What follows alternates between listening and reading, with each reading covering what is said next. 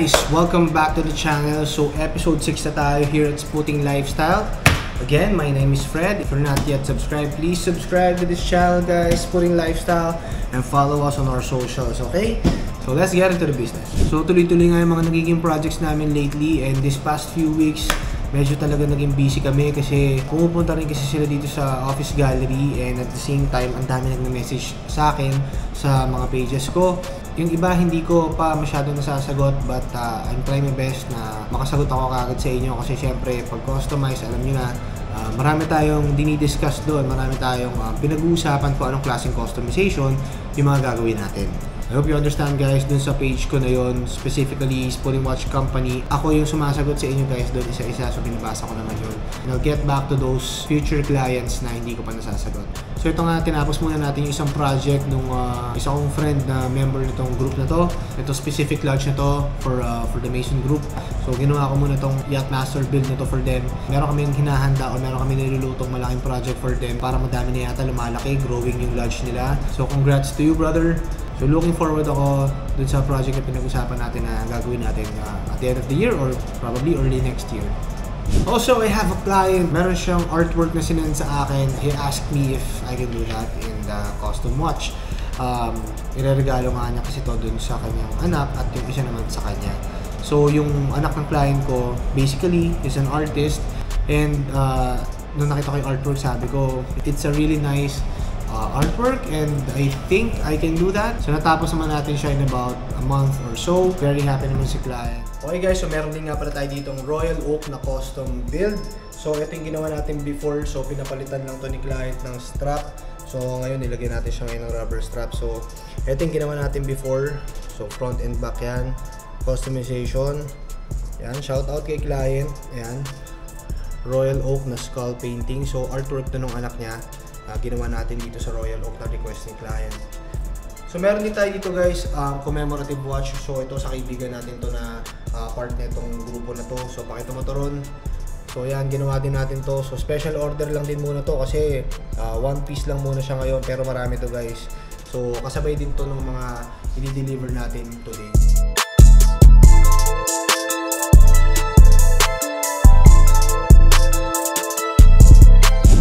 Build na to, so matagal ko ng client ito. Paulit-ulit naman sila nagpapagawa sa akin parang every year or twice a year. This time kasi sabi ko, nag-offer na ako sa kanila ng mas magandang base model. Kasi before, they're choosing yung parang medyo, sabihin na natin, parang entry level kasi ng mga base watch. And now, sabi ko, if you want an original Seiko DNA pa din na makikita dun sa watch build natin, pwede ko rin naman gawin yun. But I can also do that and upgrade the base model at the same time. So ito yung in-offer ko sa kanila, pumayag naman sila, and happy ako na pumayag sila kasi alam kong mas maganda na yung custom timepiece na ibibigay nila sa mga employees nila this time. Okay guys, so ito na nga, natapos na natin yung project natin kay KMC. Maraming po salamat kay KMC. So guys, ito yung ating 39mm na two-tone gold na request ni client na Seiko na day-date pa din daw. Pero customize siya guys. So para sa KMC to, so maraming salamat Miss Abby sa pagtiwala kay Spooting Watch Company. Ilang taon na tayong may partnership dito, so ako nagpapasalamat ako ng marami sa inyo sa laging pagtiwala sa amin. So guys, lalapag ko dito. Para may idea kayo kung gusto niyo magpagawa ng ganito, punta lang kayo dito sa Corona Gallery, dito sa 549 RBL Place, Banawe, Quezon City. So kung may mga gusto kayong ipa-customize dyan, yung sa mga company ninyo or sa pamilya ninyo o mga barkada nyo lang or fraternities or any organizations guys, yan, dyan tayo nagsispecialize. So PM nyo lang ako, message nyo ako sa Spooting Watch Company or dito sa Corona Gallery, sasagutin namin kayo agad at ng mga admin ko dito sa mga pages natin. Okay? So again, maraming salamat po Ma'am Abby at sa lahat ng team ng KMC Solutions. Maraming salamat po. Okay?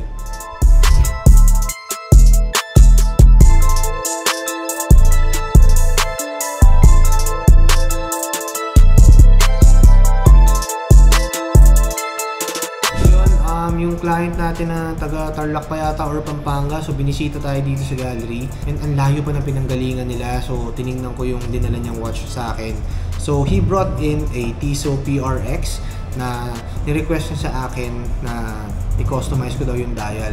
There's this famous artist international that does hand-painted dials for specific brands. In-inquire sa akin yung client, tinanong niya ako if I can do that. And of course, syempre bilang artist din naman dito sa Philippines, tinanggap ko yung project na yon, and hopefully in a couple of weeks matapos ko na siya, guys, and mapapakita ko na rin dito sa video na to.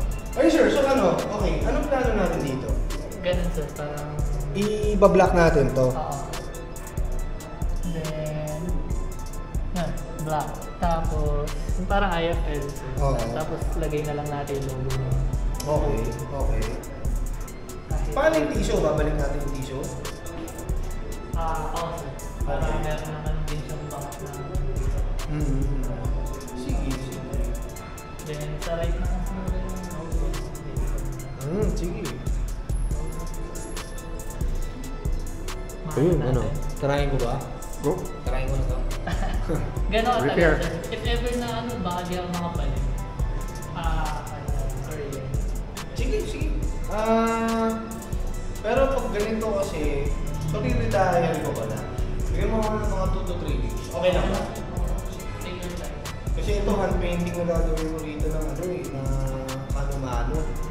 Hindi ako mag-screen or hindi ako mag-ano rito.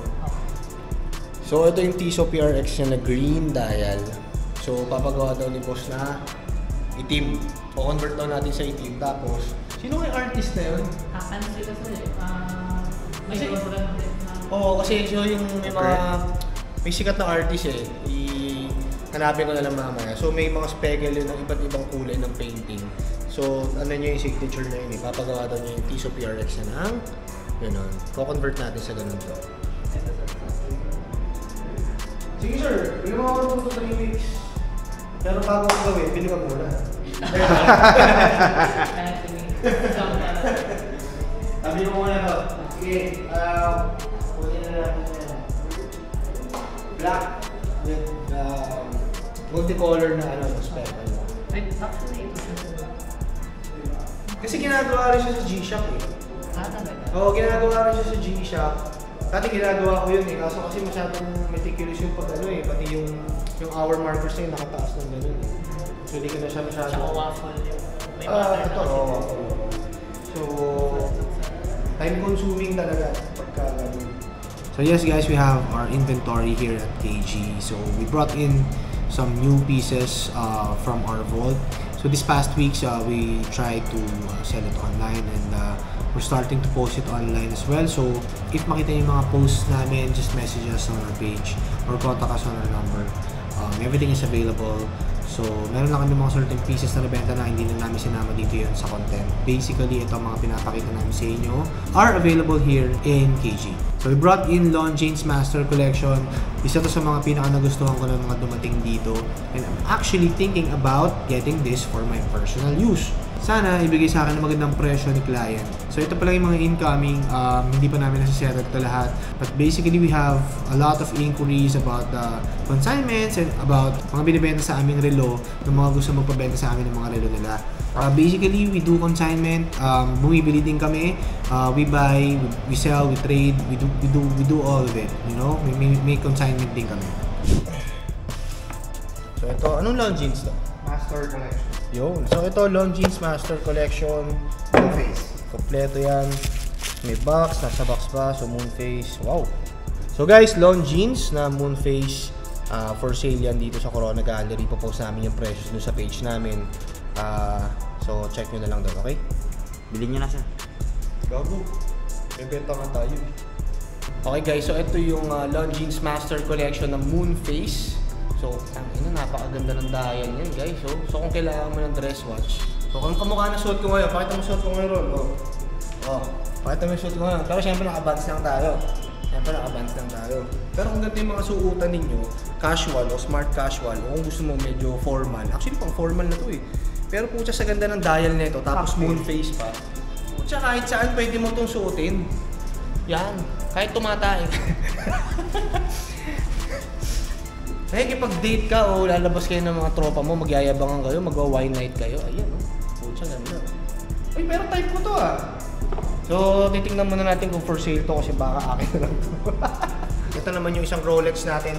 Tagal ko nang kinunan to pero hindi ko pa to pinopost eh. Yeah, man. Kasi bala kong i-package to dun sa Air King. Bakit ko siya pinapackage dun sa Air King? Kasi sobrang ganda ng dial tsaka combination ng ano nito. Papatang na yung combination nito. Sa sobrang ganda ng kulay kasi nito at saka ng Air King, sabi ko, parang bagay ito sa mag-asawa. Diba? Although ito kasi solid gold. Okay? Solid gold to na naka-presidential na bracelet. Tama? Diba? So, pakita mo rin. With diamond bezel. Tapos medyo jade ang kanyang dial. So, yan. Diba? So, napakaganda ng ating Rolex Datejust na 26mm solid gold na naka-presidential bracelet with diamond bezel and diamond dial. Okay, pakita mo. So actually sobrang ganda. Sobrang ganda nga nito. Ganda na ako. Bala kong bilhin to. Kaso, lang pera. Dahil lang. Ayun, maganda. Diba? Okay? So 26mm. Siyempre wala na mga ganito ngayon. Ito yung mga classic, ito yung mga unang nilabas ng Rolex. Pero ito grabe, sobrang ganda ng pagkakagawa nito. Solid gold na 26mm. Green or jade dial na parang medyo may vignette nga to eh. Tapos naka diamond bezel. Okay? Ayan. So we also have this Rolex 26mm Ladies Datejust from the 90s. Sobrang ganda nito. So it has a green vignette, diamond dial, and a diamond bezel. So ito solid gold guys. Naka-presidential siya na bracelet. Available here at KG. So yun, nothing much naman. Ito yung mga dumating natin ng mga relo dito sa office gallery. Marami pa akong mga pending na watches. Marami pa akong mga pending na custom timepiece na mga tatapusin ko pa in the following weeks. And i-update ko rin kayo kung ano yung mga ilalabas namin mga designs for the Sputting Watch Company brand na niluluto namin for some time na. Meron din kasi tayong nilulutong micro brand which is a Sputting Watch Company brand. Ilo-launch din natin yan this coming September and I hope you guys will like the designs. So jam-pack tayo these coming weeks no kasi marami tayong ko-customize. And another client went in, dinala niya yung Omega Seamaster na may konting o may minimal lang na customization na gagawin sa hands. Nothing much but you know, isa to sa mga dumating this week. So prior to that, meron din tayo mga Technomarine, ito nga yung Tissot, and then this Omega, and then yung mga other dial customizations na pending pa. So sabay-sabay na natin gagawin yun next week. And i-update ko kayo kasi papakita ko rin sa inyo yung mga finished product na mga ginagawa namin dito. Okay guys, yung binabanggit ko kanina, sabi ko ng mga tanggap natin, so magiging busy tayo next week. 4 na iba-ibang klase itong relo na i-customize natin. So unahin natin to. Ito yung Technomarine na pinakita ko kanina. So sabi nga ni client, gusto raw niya tong gawing stealth o all black. Pero lalagyan natin ng logo niya. Tapos gagawin pa natin Tiffany yung second. So siyempre komplikado to kasi iba-iba tong relo na to. So iba-iba rin yung atake natin dito, guys. Okay, so ito yung papalitan lang natin ng dial, i-enhance lang natin to. Ito yung group watch na ginawa natin sa mga broads ng ating customer dito sa relo na to. Okay? So enhancement lang to. Meron tayong Tissot na PRX. May Tissot tayo na PRX. So ito customize natin yan. Yung parang yung international artist na gagayahin natin yung painting ng dial na yun. So tingnan natin yun. Lastly, meron tayo nagpadala, kakapadala lang kayo ni Madam sa boss daw nito. Kausap ko na rin yun, si Sir Obet. So, ito yung kanyang Omega Seamaster na bagong-bago. So, ito, simple customization, simple upgrade lang naman to. Nahihirapan daw kasi si Bossing na makita yung oras paggabi. So, kailangan natin either palitan yung kamay o enhance yung kamay na lagyan natin ng additional loom o ilulum natin yung buong kamay niya. And then siguro, service na rin natin to. So yun lang guys. So, pakita mo to ron. Ito yung mga iba't ibang mga relo na tinanggap natin today dito sa Sputting Watch Company. So kung meron kayong mga gusto nyo ipadala, message nyo lang ako sa Sputting Watch Company guys.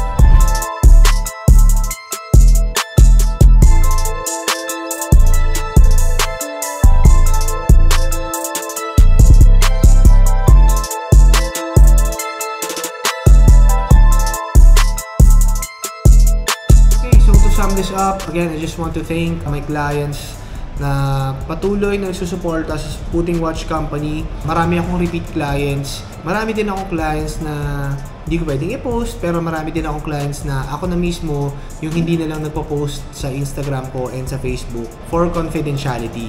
So, yung mga projects na iba kong ginagawa, you guys get the idea on what we do, what we can do, and what we can offer you. Ang daming projects ngayon. Again, maraming salamat sa inyo. Maraming salamat sa mga clients ko, sa mga bagong kliyente ko, sa mga nagtitiwala sa Sputing Watch Company. Gusto ko lang i-send yung aking pasasalamat sa inyo sa palaging pagsuporta at palaging pagtiwala sa amin. So, gagalingan pa namin. Yun naman ang promise ko. Yun naman lagi ang goal ko. Mas gandahan, mas galingan, mas gandahan ng serbisyo, mas gandahan yung kalidad. So again, sabi ko nga kanina, nagre-revamp kami ng office gallery. So meron kaming gagawin na magandang plano para sa storefront. So i-announce ko yan sa next nating video. Abangan nyo yun. Kasi pag pumunta kayo dito, sigurado ako matutuwa kayo dun sa gagawin namin dito sa office gallery na to. Revamp yun, upgrade yun. So follow nyo lang kami sa social media namin. Baka mauna kong i-announce yun doon. So tumutok lang kayo. And baka may gawin ako mga giveaways sa susunod na content. And baka gawin kong regular yung giveaways na yun. So yun lang guys. That is it for this episode. I hope nagugustuhan nyo yung mga ginagawa namin. Kung may mga inquiries kayo, again, i-message nyo lang ako, kontakin nyo lang ako kung meron kayong mga gustong ipagawa ng mga custom timepieces. And also sa mga luxury watches, available yan. Meron tayo yan. Pwede namin kayong i-source, pwede tayo magparating yan. Just let us know guys. So yun lang guys. Again, medyo na busy lang tayo kasi sunod-sunod yung mga projects. And sobrang nagpapasalamat kami doon. So kung di ka pa nakasubscribe dito sa channel natin, please subscribe. Sputing Lifestyle. Supportahan nyo naman yung channel natin. Guys, again, next video, i-announce ko. Kasi baka gumawa ako ng giveaways. And baka gawin ko siyang regular. So tumuto kayo dito. Subaybayan nyo kami. So yun lang guys. Mag-iingat kayo. Maraming salamat. Keep it sputing.